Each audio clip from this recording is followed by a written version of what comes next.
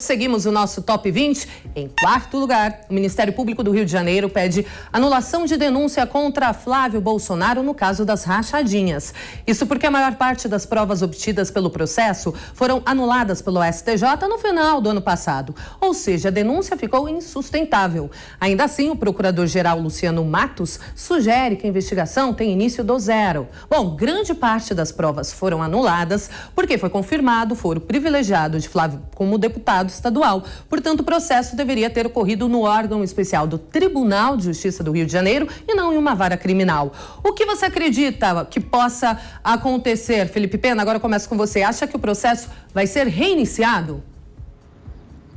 Eu acho muito pouco provável, né, Kaline? A gente está acabando de falar sobre os protegidos da República. Se um blogueiro é protegido da República, imagine o filho do presidente dessa mesma República.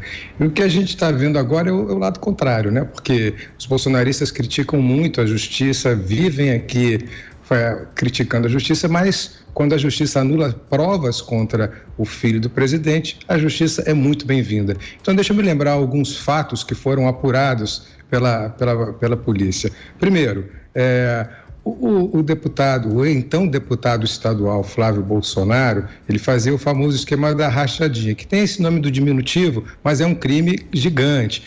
13 assessores do então deputado Flávio Bolsonaro, segundo as investigações, repassavam 90% de seus salários para o assessor Fabrício Queiroz, o famoso Queiroz. Isso totalizou 2 milhões de reais. O próprio Queiroz confessou que fazia isso. E mais, o Queiroz, vocês devem lembrar, foi preso, sabe onde? Na casa do advogado do Flávio Bolsonaro, quando estava foragido da justiça. Houve também o caso do cheque pago à primeira-dama Michele Bolsonaro pelo próprio Queiroz, pelo próprio então assessor do então deputado Flávio Bolsonaro. Mas tudo bem, nada disso vale para a justiça, as provas foram anuladas e agora, se começar um novo processo, o que eu acho muito provável, começa do zero, porque essas provas foram anuladas.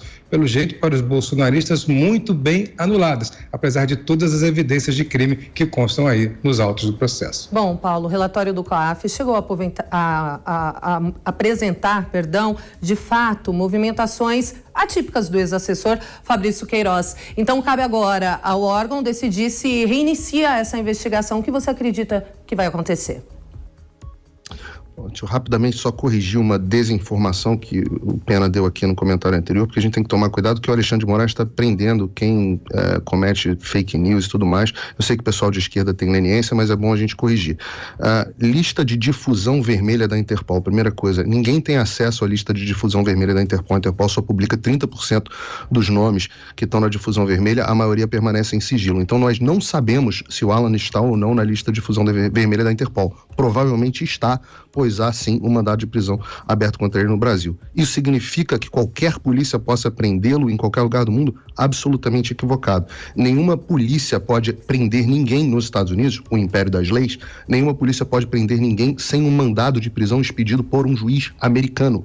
E esse mandado de prisão expedido por um juiz americano só poderia acontecer com pedido de extradição do Brasil, que não foi concedido porque não há crime de opinião nos Estados Unidos. Só para corrigir, apenas vale você pesquisar um pouco a esse respeito. A respeito rapidamente do caso do senador Flávio Bolsonaro. Ora, o devido processo legal estava sendo seguido no Brasil ou não? Né? As provas foram obtidas legal ou ilegalmente? No direito penal nós temos que observar sempre duas coisas, e isso vale para o caso do Lula, por isso que eu concordo com a anulação do julgamento do Lula, por mais que me doa ver um bandido como Lula solto. Mas o processo legal tem que respeitar duas coisas. Primeiro, se o sujeito é culpado ou inocente, ou se todos os ritos do que se chama due process of law, o devido processo legal, foram respeitados. Isso inclui a forma como as provas foram obtidas, a forma como a investigação foi feita, se as provas foram colhidas ou a investigação foi feita, ou o julgamento foi colhido, seguiu de forma ilegal, à margem da lei, é o que se chama de fruto da árvore envenenada. E o fruto da árvore envenenada, uma vez que você pega ele contamina todo o restante do julgamento.